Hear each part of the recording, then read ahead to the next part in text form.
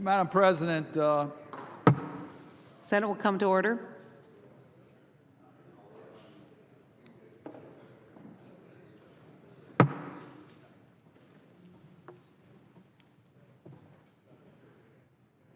Madam President, on Tuesday evening, President Obama, in his State of the Union address, made the point that America must be the land of opportunity for all.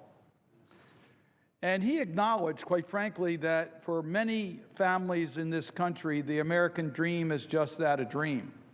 And many families have lost hope that their children or grandchildren will be able to achieve the American dream.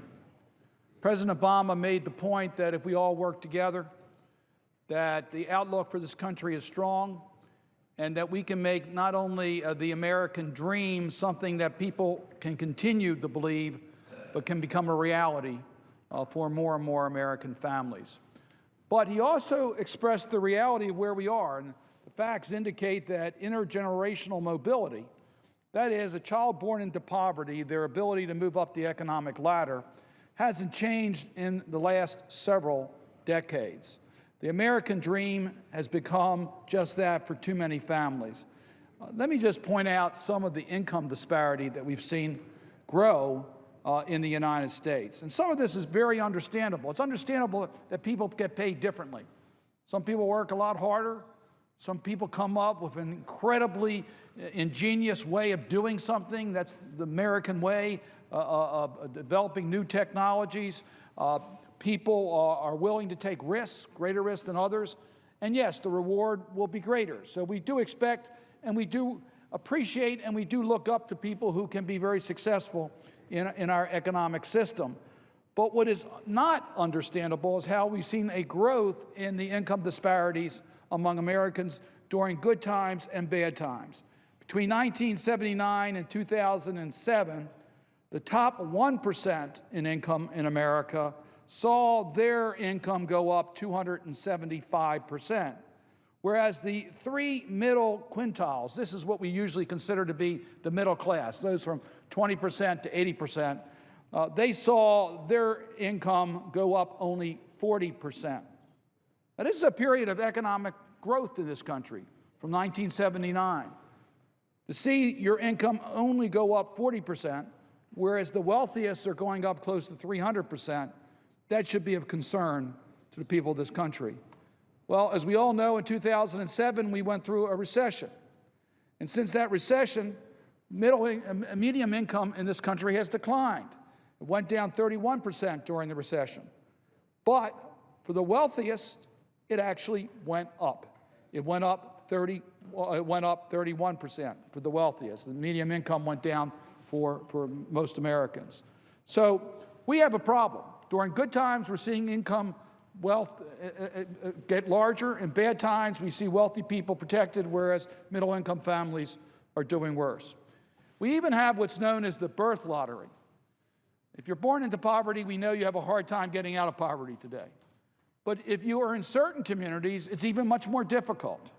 So President Obama was right to concentrate on America as opportunity for all. How can we get a growing middle class in this country? What can we do to help everyone do better in our country? Many countries are doing much better than we are.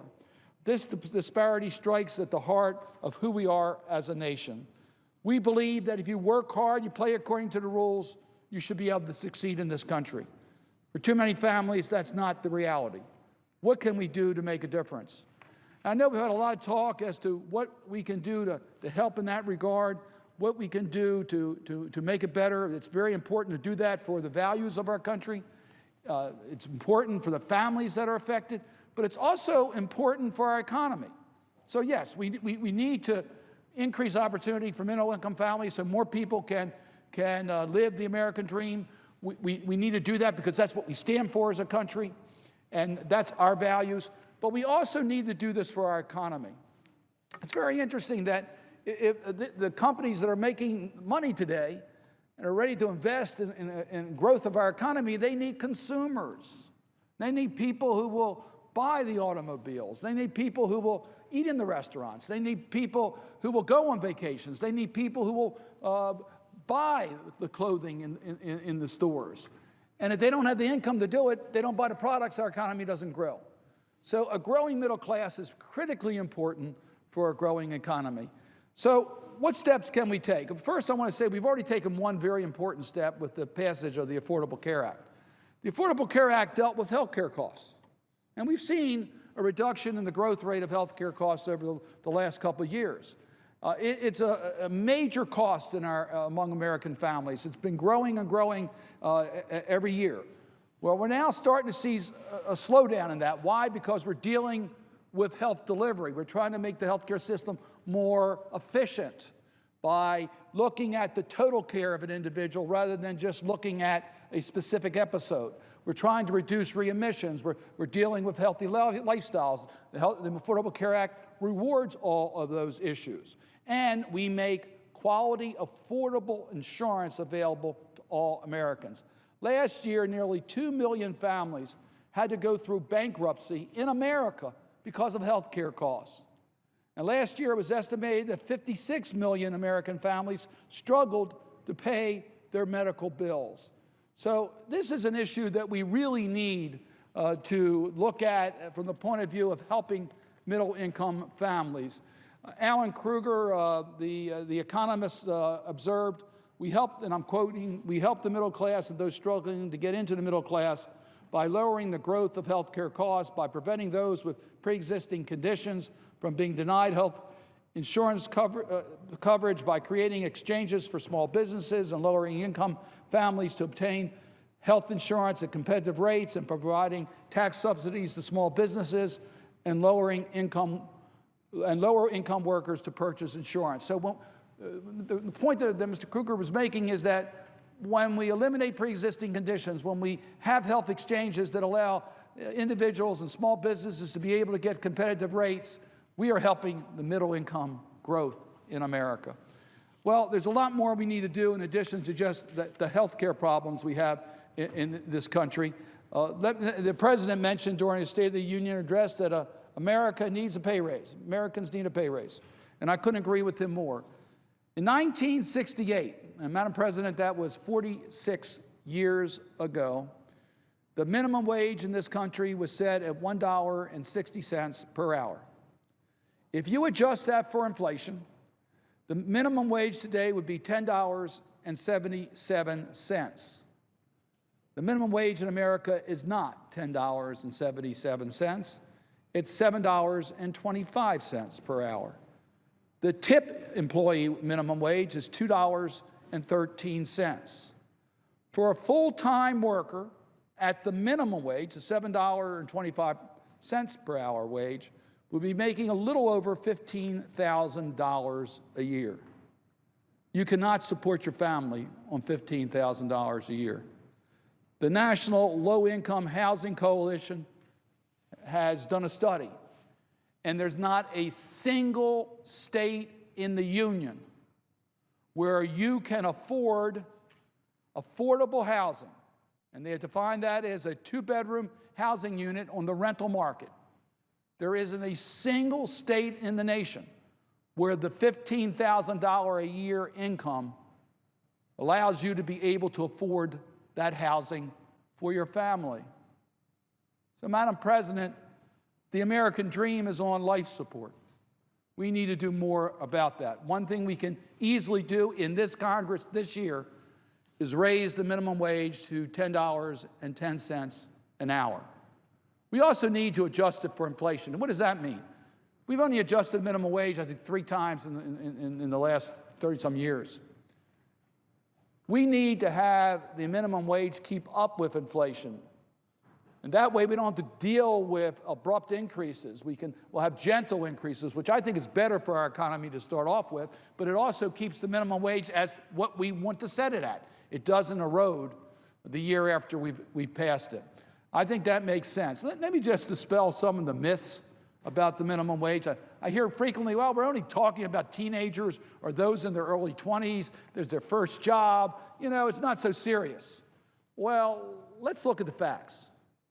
The average age of a person earning minimum wage is 35. The median age is 31. 36% are over 40 years of age, 40 years of age or older. 56% are women. Now, only 50% of our workforce is women, but at the minimum wage, it's much more likely to be a woman than a man earning the minimum wage. 28% of the people who are earning the minimum wage have children. These are families trying to live on minimum wage. Increasing the minimum wage will help to grow the middle class. It will help our economy. A $10.10 per hour increase in minimum wage will generate about $34 billion in wages into our economy. $34 billion. You know what that means for the local businesses that are there? You know what that means for our economy? I know our economy is on the right path right now, but we need to help it along. We don't have enough jobs in America. $35 billion will allow that local supermarket or that restaurant or that business owner to hire some more people, creating more jobs, helping our economy continue to grow. People who work full-time shouldn't live in poverty. Today, with the current minimum wage, and even with the tax credits we have available, most individuals will live in poverty. That's unacceptable. At $10.10 per hour, we will be above the poverty line with the tax credits. That's what we should be. Play according to rules, should be able to succeed.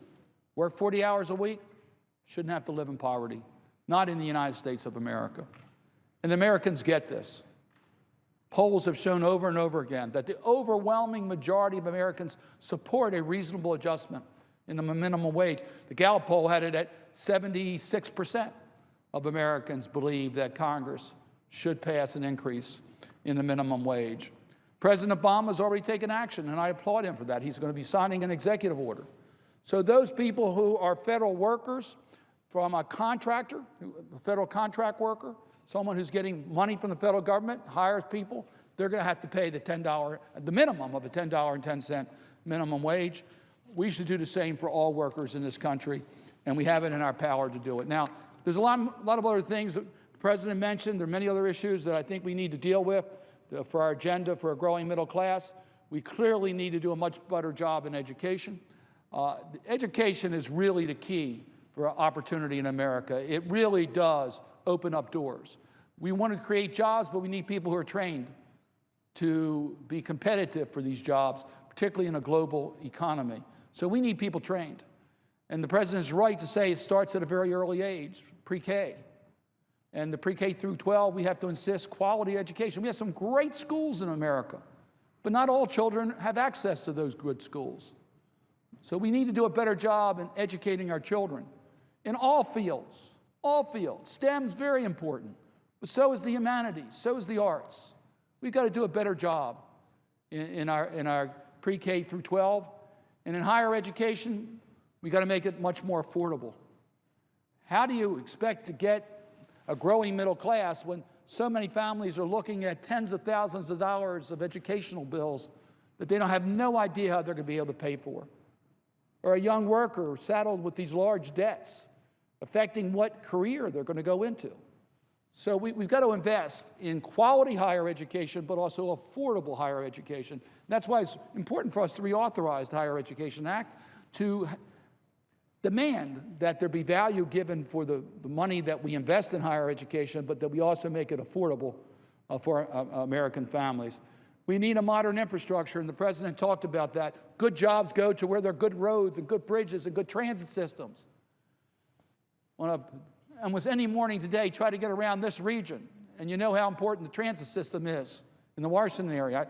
In my own state, I know that we had 3 major transit projects that we need to get funded so people don't spend hours in gridlock in the morning. We need modern infrastructure. In my own state of Maryland, we've had tremendous problems with our water infrastructure. We've had roads flooded, and we've had homes damaged. We need to rebuild our water infrastructure.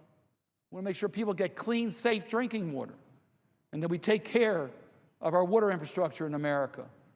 We need a modern energy grid in this country, which is critically important for economic growth. As President Obama said, good jobs go to where there's good infrastructure, and we need to do a better job with the infrastructure in America. We'll have a chance again in this Congress. We have the reauthorization of the Surface Transportation Act. We have, I hope, a water bill will get done for some of our water projects. It's in conference today. That's things we can do that will help grow a middle class. We've got to invest in research, and I think one of the lines that got the biggest applause in the State of the Union address when he said, we got to restore the cuts that we made, that we should never have made, to the basic research. The National Institutes of Health are headquartered in my state. They're in every state, but they're headquartered in Maryland. The work they do is critically important to economic growth in our country. We got to invest in research. We need a progressive tax structure. More and more economists are telling us that you can have a growing middle class. You need the revenues. We've got to pay our bills. We don't want the debt. But you got to do it in a way that's fair and that rewards the middle class. Middle class families don't take advantage of these tax breaks, these tax loopholes. At a minimum, we got to close those tax loopholes, and I agree with the president in that regard. The president also mentioned in the State of the Union address that for a growing middle class, we want to make sure they have a job. We want to make sure they're trained for that job. We want to make sure that they get rewarded for that job with fair wages, and we also want to make sure they have a secure retirement. And we're not doing enough today to make sure Americans have a secure retirement. We got to save more as a nation. The best way to save is through retirement savings, and we can all come together to do more. This is not a partisan issue. We should be able to do this together. Let me just end on a quote from a former president, Theodore Roosevelt. When Theodore Roosevelt said, "This country will not be a permanently good place for any of us to live in unless we make it a reasonably good place for all of us to live in." I think that was what President Obama was talking about when he said opportunity for all. That's what this nation stands for. And we have all the reason to believe that we can accomplish this for the people of America. But we need to work together with the president to implement common sense changes so that we can have a growing middle class in America. With that, Madam President, I would yield the floor.